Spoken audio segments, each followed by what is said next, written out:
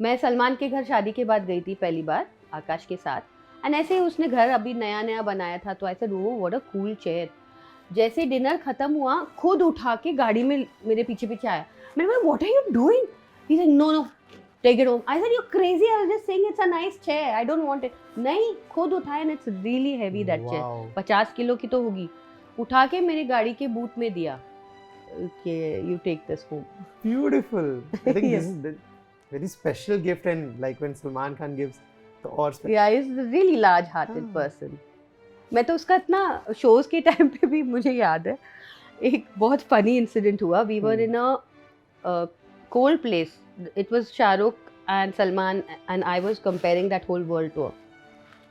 हम लोग कहीं से आ रहे थे और कोई बंदी थी गाड़ी में हमारे साथ बैठी थी। हम लोग सलमान के ही लिमो में थे सब, एंड वो लड़की को ठंड लग रही थी, तो सलमान ने बहुत महंगा जैकेट पहना था, बहुत महंगा। तो उसने देखा अरे ये लड़की शिवर कर रही, तो निकाल के उस लड़की को पहना दिया, भूल गया।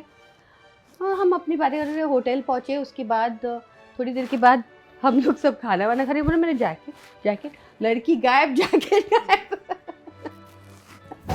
So he's just like so generous and so ऐसे उसको कोई चीज़ों का फर्क नहीं पड़ता है। So I made so much fun of him that evening. I said और बनो तुम chivalrous, और बनो। तो but he is really a cool guy. जिससे आपने भी बताया कि सलमान ने आकाशदीप को देख के बोला कि ही सेंसिबल, तुमने सब कर लिया ना, you should go with him.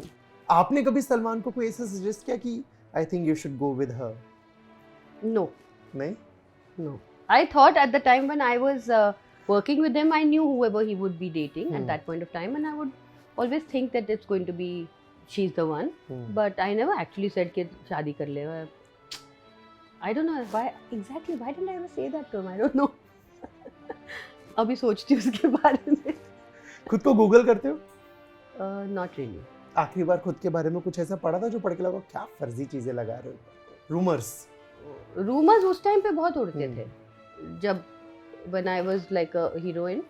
At that point of time, people used to keep making up stories and finding snippets and finding scoops.